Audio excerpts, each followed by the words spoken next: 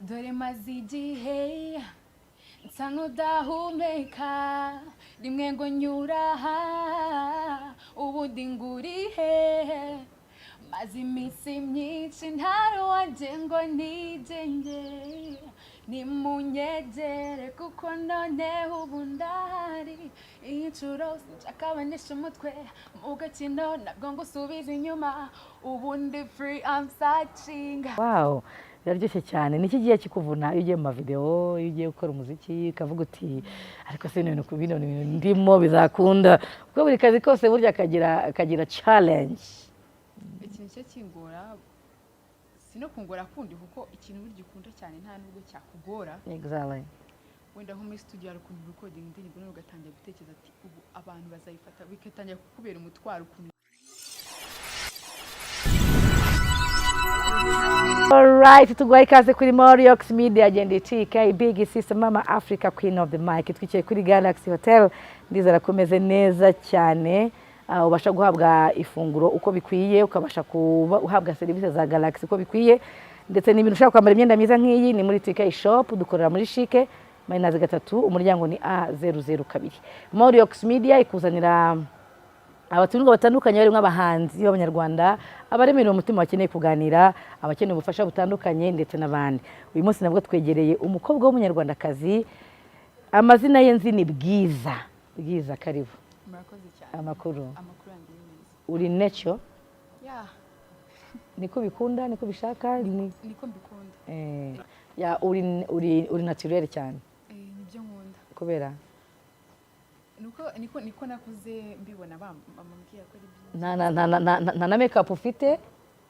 Oya kirika utwongerageza nko kwishiriraho. Kano kanya twishaye nta makeup washyizeho. Abakobwa bangana nayo kugira ngo uzamubone ari naturel biba bigoranye. Kuki wowe isema kuba naturel? Niko nibyo nkunda nabyo bimpa amahoro. Mfite makeup abantu benshi ntabwo bakunda. Aya. Ntabwo bisa neza. Mise mbikunda nanjye rwose twagiye tugeza kuba naturel. Ngo izawe uruhu rwawe nturusiga ibintu byinshi bintu birarushya binasajisha uruhu nuko twige tutabyemera tutanabizi. Yes, Bwiza nakwise Bwiza, ariko se amazina yawe y'ukuri na yahe? Nitwa Bwiza Emerance. Amazina yanjye. Duhe backstory yawe gatoya. Amazina yanjye nayo mba muri famille y'abana 4 ninjye mfura. Ya umukobwa papa na mama. Yego.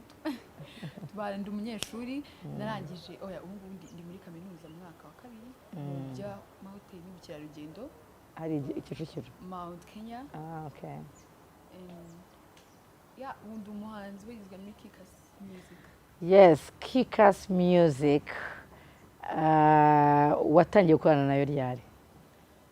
Hagiye gushira I think amezi ndakushika muri 4 kuko yari competition bateguye yitwa The Next Diva indi mbuto izamura abana b'abakobwa bafite impano yo kuririmba. Yateguye na Kikas. Okay. Narajoyininze nk'abandi kubw'amahirwe ndatsinda. Kuva icyo gihe nibwo natangiye kujya muri Kikas. Ako mbere wakoraga indirimbo wenyine? Oya, mbere nigaga muri secondaire. Bose arakora indirimbo. Aha, tujye kuri kariyeri yawe sasa. Wayitekereje ute, wayitangiye ute, wayinjiyemo ute, kwitakoza ibindi kuva kujya mu murongo wa muzika? Ni ibintu nakundaga cyane kuva kera kuko nakuriye mu rusengero ndirimba. Kugeza narangije secondaire ndibuka ko ari byo bintu nakora, nibyo nakoraga. Wari uri muri itorero? Muri itorero ryitwa Geriza des Âmes rya Nkapo so witwa Serukiza. Yego. Ya niho naririmbaga. Ako cyane nkakunda secular music kuko nakuriye mu muryango w'abantu basenga bakunda kunshimbira mu rusengero. Ujya muri za Sunday school ujya he? Kugeza aho ninjiriye muri. Yes, abantu basenga bakakujyana muri Sunday school, bakakujyana mu itorero, bakajyana muri church kuririmba, bakabona ugiye muri secular, ntabwo byagomba kubashimisha. Byaje famille yabyakirite utangiye kuvuga uti ngiye kujya kuniririmbira secular. Mu rugo ntabwo ari ibintu byabagoye kubyakira kuko nabo ni ibintu harimo ababikora, ni ibintu bumvaga cyane kandi bari babizi ko mbikunda cyane. Ntabwo byabagoye aho gusanga bigoye cyane ari nka mu musengana cyangwa musenze muririmbana. Wakomeje kubaza witabira amatorero? Nizana n'uyu munsi. urasenga ntabwo nigeze njya kure y'urusengero kandi ntabwo nagiye kure yaho koko urabona umuntu abantu baba bakuzi uri mu ruhande cyane rwo gusenga rwo kuririmba indirimbo zihimbaza cyangwa se uririmba amatorero bakabona ko ugiye muri sekira babyita ko watannye abenshi kuko niyo batannye batanye nyine bakagenda burundu ntibagaruke kubera iki avuga ati avuye mu kuririmbira Imana agiye mu by'isi agiye akabihuza n'ibindi bintu wowe ntabwo ubona ko ariyo azo mpungenge bari bafite cyangwa bafite oya n'ubundi nizo ziba ari impungenge ariko kuko njye nzi ko ibyo mfite uyu munsi ari Imana n'ubundi yabimaye ko n'ibintu nasabye cyane cyane kuva nkiri muto mvuga mani nshaka kuza umusitari kuzaririmba wenda nkatanga n'ingero nkabivuga rero Imana yarabimaye na n'ibintu nasengeye niyo mpamvu ntacika no mu rusengero ndakomeza nkajya kuyereka ko yarabimaye nkayishima nkayereka n'izindi gahunda zanjye umaze almost amezi 4 uri muri Kikas ni label ifasha abahanzi batandukanye ukabura nawe uri umwe mu bahanzi babashe gutsinda iyo competition mbere yuko utsinda iyo competition wari utarabyinjiramo neza ngo ubashe kugira ibyo bikorera wowe ku giti cyawe wari ukiri muri ibyo by'urusengero mu by'urusengero bamaze gushyira hanze EP oya ariko mbere yaho hari izindi ndirimbo ebyiri zagiye izo ndirimbo ntabwo ziri kuri EP oya izo ndirimbo izo projet abazo duheraho izo ndirimbo wahereyeho nahereye ku ndirimbo yitwa Available dia kapera gatoya dore maze igihe nsa nk'udahumeka rimwe ngo nyuraha ubundi ngurihe maze iminsi myinshi ntari wanjye ngo nigenge nimunyegere kuko noneho ubu ndahari inshuro sinshakabanisha umutwe mu gakino nabwo ngo usubize inyuma ubundi free I'm searching icyo nzi cyo I'll find it ibicuro ndumva binyirigita akariro n'ubundi umva ndi gushya ubundi free I'm searching icyo nzi cyo I'll find it wow urakoze cyane ku ma freestyle umaze gukora available ukora n'indi ya kabiri yitwa yiwe imaze almost amezi 4 oya yiwe nta niyo kwezi gushize imaze ukwezi kumwe nigeze kuyibona kuri YouTube mbona isa nkaho imaze iminsi imazeho ukwezi okay none tuganire kuri EP yawe nyuma y'izo ndirimbo zindi EP yasohotse ifite indirimbo zingahe EP yasohotse indirimbo 6 hariho indirimbo nakoranye na Social Mula nakoranye na Micho the Best hariyo wakoranye na Social Mula yitwa My Lady hariyo wakoranye na Micho the Best yitwa Wibeshya yego izindi hari ya Kevin Ska yitwa Hello hariyo nakoranye na Chris Easy yitwa Lolo hariyo nakoranye na producer Nisbeat yitwa Loko ndashaka kumenya impamvu zose ari collab nuko ariko twabishatse ko nayo imaze kugira amasingo yanjye abiri rero turavuga ati kuko na EP twa Connect Me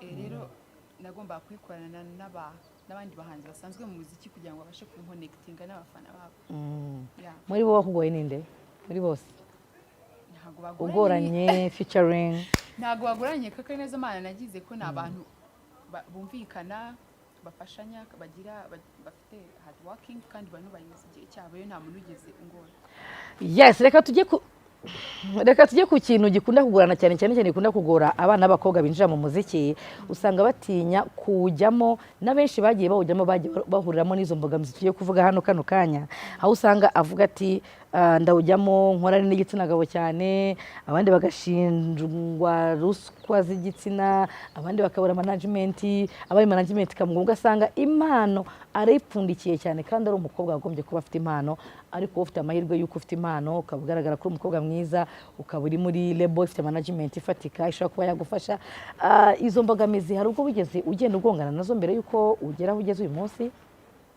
nagize imana ko kugeza uyu munsi ibyo nanjye ni ibintu numva nk'abandi yego rero nkeka ko ni Imana n'umugisha wayo kuko ibyanjye kugeza uyu munsi ibyo nkora mbona bigenda neza nta mbogamizi ukabona wowe ko wenda byaba byatewe n'iki ku buryo we byaba byarakugendekeye neza byatewe n'iki uko we waba ubibona nkeka ko ari amahirwe nagize yo kwitabira irushanwa nkatsinda nkahita mbona management imfasha ibintu byose nkeka ko ari ayo mahirwe naba naragize wenda abandi batabashije indirimbo zandikirwa nande ndifasha cyangwa abo turi kumwe muri lebo bakamfasha.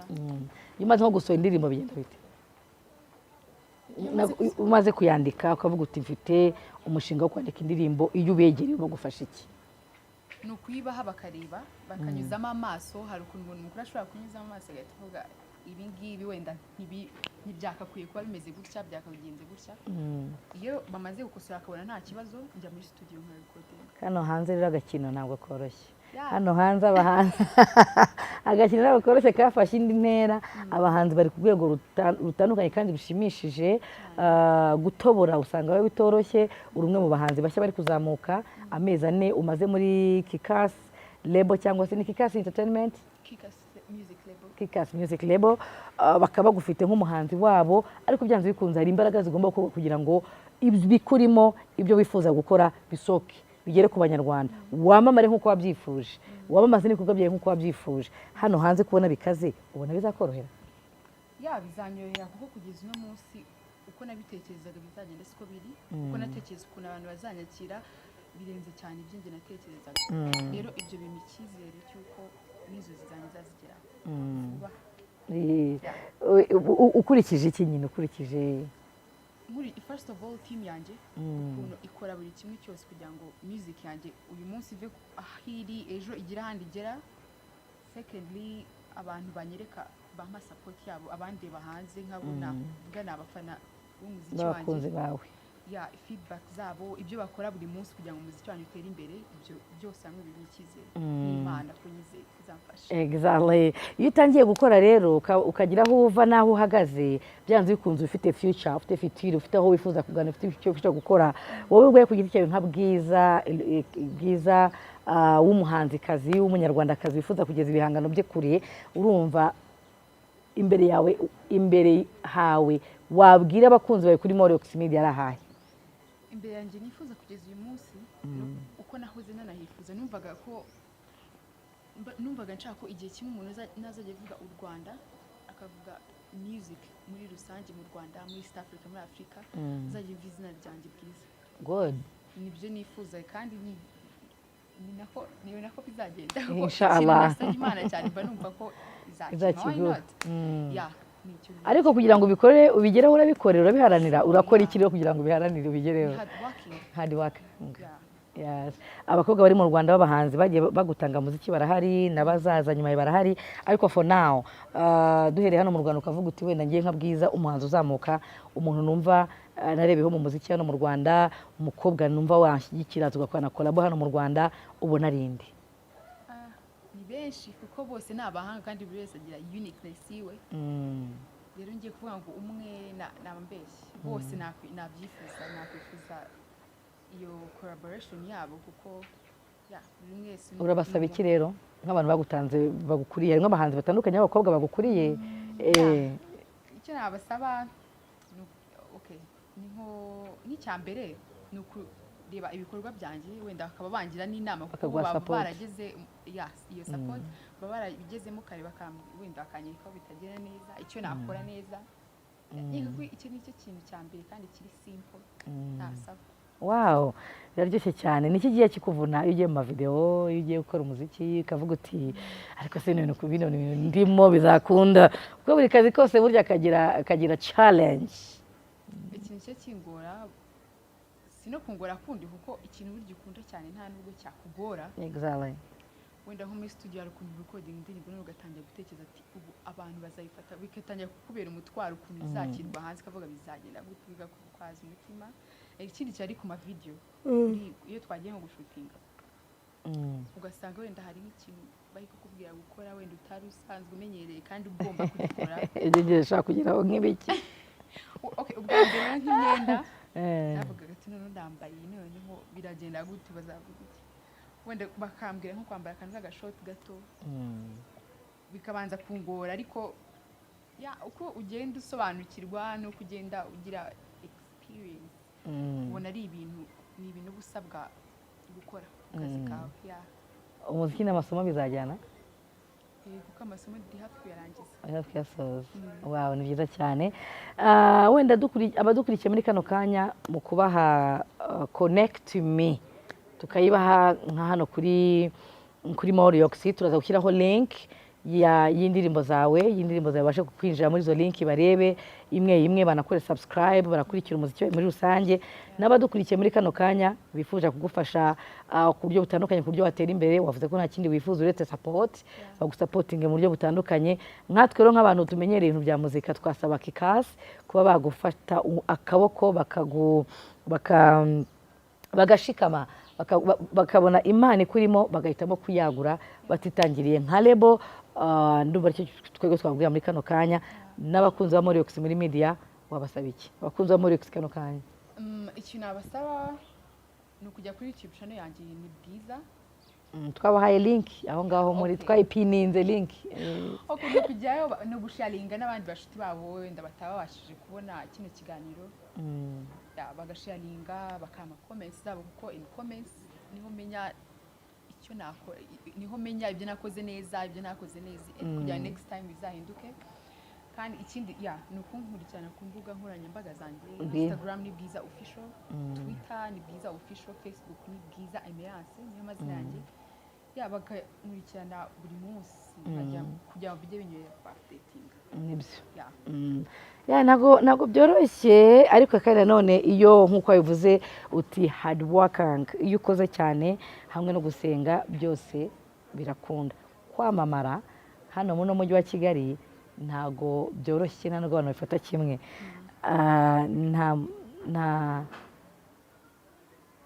uzitwara gute cyangwa uri kwitwara gute mu gihe umuntu arebye indirimbo ya mbere iya kabiri iya gatatu izina ryawe rigahita riba boom rigakura bagatangira kuvuga bati wow ni wa wundi uririmba ugatangira kujya hari ibyo udakora kukuzwi sinzi n'icyo kintu uri kucyumva none iyo umuntu atangiye kwamamara iyo umuntu atangiye kuba celebrate akajya ahagaragara bigenda bikura gake gake uko bigenda gukura rero hari ibyo wakira n'ibyo utakira uko bizagenda bikura wowe uzabyitwaramo cyangwa se uko biri kugenda bikura njyewe imana ngize ami kandi hari ukuntu mba narakuze mu rugo hari ibintu bambwira rero imana ngira kugeza ubu ngubu ntabwo ndi umuntu ugipfa guhinduka cyane nk'uko bivuze ibyo bintu bibaho hari ukuntu izina rya rikura kugira limitations ako nkeka ko limitations ngira n'ubundi ni ibintu biri nomo wenda ni nk'uko nka kera nkiri njyenyine naragira ikindi kintu kiyongera kuri njye cyangwa naragira ahandi hantu mbarizwa hari ukuntu nabaga ndi wa muntu ugenda ndakunda gutembera cyane mama akavuga kuzerera wenda ubu ngubu ikintu cyaracitseho wicara hamwe nkajya ku ishuri navayo nafite kujya studio nkajyayo havayo nkataha mu rugo hari ibintu bimwe na bimwe urabushyize ko kitazerera ushaka kuzerera nakavuga ati kandi uriya sone tujye tureba nyine nabwiraga nyine bwa buse nyine bwatangiye bwa celebrate bwaje bwatangiye reka nicare hamwe kanakata bagarucishamo ijisho kwicara hamwe nyine ukabakuza wakoze cyane reka rero tubashimire abakurikiye iki kiganiro cyacu byanze bikunze icyo ngiye mbasha kumufasha ndi tayari call me anytime gira uti mama TK ibintu bimeze gutya ndifuza iki ngewe nzahaba na team yanjye ya Moriox irahari twashyizeho link y'indirimbo ze kugira ngo ubashe kwinjiramo ubashe kumuha support gukanda muri iyo link ya Bwiza no kumuha support ikomeye kugira ngo urebe indirimbo ye kuri YouTube ubashe no gukora subscribe kugira ngo ubashe no kubona ibihangano bye ikindi abarizwa muri Kikas Music kugira ngo indirimbo ze muri kuzibona ngende TK kandi ibiganiro byacu nabizi ko ari akagaruka naho mukanya